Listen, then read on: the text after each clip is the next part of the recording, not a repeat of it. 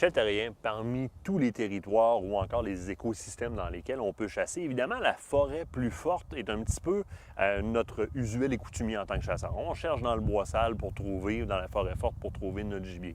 Toi, tu m'amènes un point qui est particulier, qu'on connaît dans certains territoires, entre autres au Chevreuil, je parle de l'île d'Anticosti, mais là, tu me l'amènes au niveau orignal, les savanes. Les savanes, qu'est-ce qui est important? Il y a eu plusieurs chasseurs qui le savent parce qu'ils ont déjà des cages installées là. C'est souvent des milieux retirés. Les forestiers doivent protéger ces endroits-là. C'est des endroits humides. Des fois, c'est des étangs castors, c'est des baies de foin en plein bois. Où il n'y a plus de passage d'eau, justement, à cause qu'il y avait des castors, où il n'y a plus de castors. Et souvent, c'est retiré dans le bois. C'est des milieux ouverts. On se rend compte que le bord des savanes, la majorité du temps, il y a des zones qui poussent là-dedans parce que le sol est humide. Fait que tu as des zones crispées. Les orignaux vont frotter ces arbres-là, ils vont manger les feuilles de ces arbres-là. Et c'est souvent des points de convergence pour les périodes de rut. Tu peux te retrouver avec des habitats de forêt mixte, des habitats à prédominance de conifères, puis tout à coup, en pleine forêt, loin des chemins, tu vas avoir une petite savane étroite avec un fond de foin. Les orignaux, des fois, ils vont aller se coucher là-dedans, puis ils entendent les autres orignaux. Et souvent, on va trouver des vestiges de sentiers d'orignaux. Et les orignaux, ils empruntent ça pour se déplacer d'un point à l'autre, parce que les savanes ne font pas un accident de terrain, ils sont sur le plat. Et les orignaux, des fois, quand le fond de la savane est ferme, ils se déplacent là-dedans, ils vont se coucher proche de ça.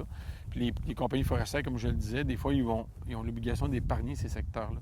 Fait que ça fait des beaux petits écosystèmes, des beaux petits biotopes pour faire du câble, pour faire des trajets, parce que des fois, une savane communique avec un ruisseau, lequel ruisseau communique avec une autre savane.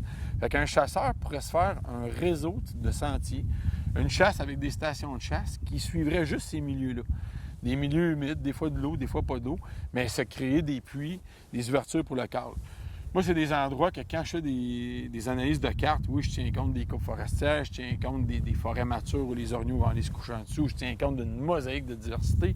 Mais le réseau hydrographique, puis les cicatrisations de réseaux hydrographiques dont les savanes font partie, j'en tiens compte parce que c'est des milieux dans lesquels les orignaux convergent, c'est des milieux dans lesquels les orignaux sont à l'aise. Donc, on les exploite, on peut s'y installer pour faire du câble, faire des stations d'écoute. C'est un petit peu les stations d'écoute que les orignaux utilisent d'ailleurs, donc on peut le faire aussi.